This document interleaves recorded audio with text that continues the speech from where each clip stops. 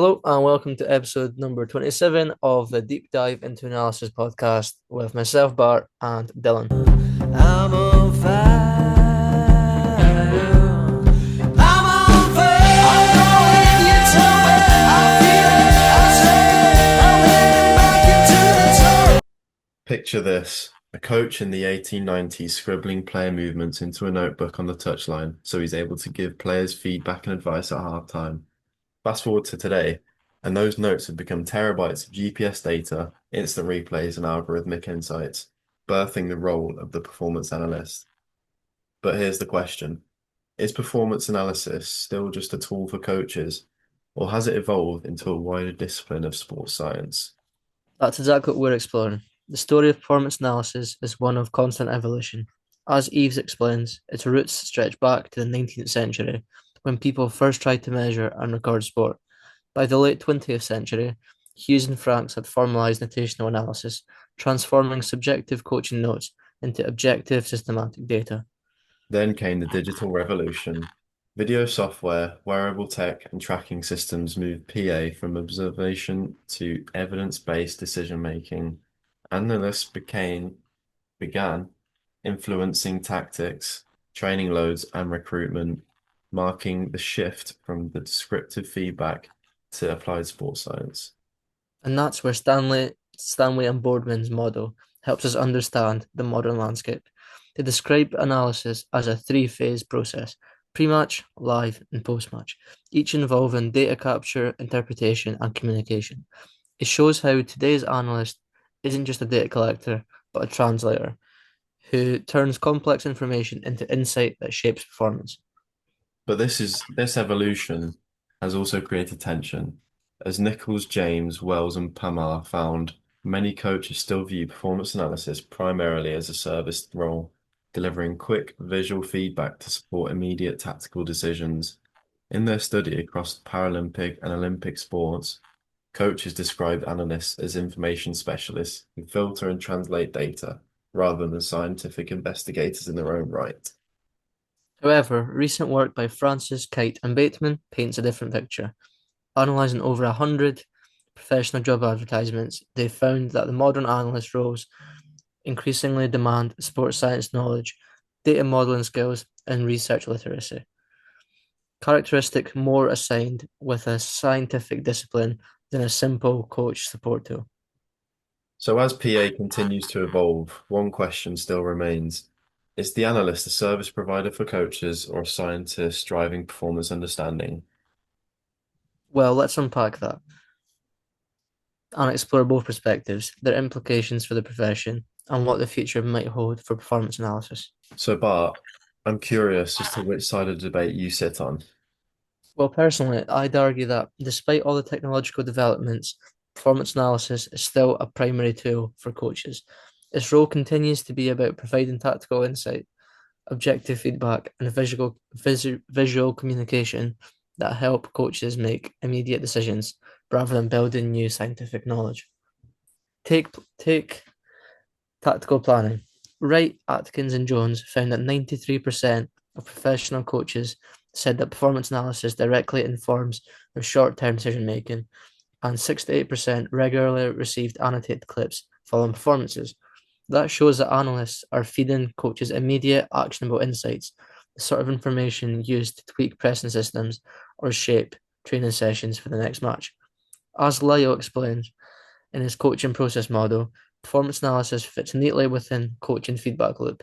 Observe, analyze, plan, and act. Analysts provide the observation and analysis, but it's the coach that ultimately drives the decisions. But isn't that framework a little bit dated? Lyle's work came out over 2 decades ago. Coaching processes and analyst roles have evolved massively since then. Are we really saying that analysts are still stuck in a purely supportive position? That's a fair observation, and yes, analysts have more input now, but studies like Wright et al. Suggest that in practice, coaches still hold the decision-making power. Analyst influence is growing, but remains embedded in the coaching workflow and not separate from it. Furthermore, the way performance analysis is applied day to day reinforces that. Jones, Rands, and Butterworth found that 93% of elite sports stakeholders saw illustration as vital to their workflows. That's not about generating scientific theory, it's about helping coaches see tactical structure more clearly. For example, identifying opposition shapes or space use, often in the pressure of a match week. This fits with Stanley and Boardman's model too, especially the post-match phase, where analysts turn data into visual narratives. The focus is still translation and delivery, not pure research. So you're saying analysts are basically communicators rather than investigators. Doesn't that risk undervaluing the technical expertise that they bring, especially given how data-heavy modern analysis has become? I wouldn't say just communicators, but their impact depends on effective communication. Carling, Williams, and Riley also made the point of the real value being in connecting objective data to the coach's understanding of play. So, yes, in theory, analysts have more technical skill, but it's still applied in service of the coach's decision making. More evidence of this comes from Nichols et al., who suggests that performance analysts are still perceived as being applied support professionals by players and coaches rather than scientific support professionals. This is highlighted by the absence of a nationally recognized professional accreditation or competency framework endorsed by CIMSPA, something that the other disciplines of sports science all have.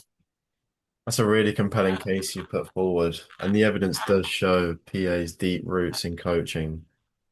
Now let's delve deeper into why I think that performance analysis is a discipline of sports science in its own right. Performance analysis has evolved far beyond a simple coaching tool. It's become an applied discipline within sports science, one that integrates biomechanics, physiology, psychology, and data analytics to understand performance holistically.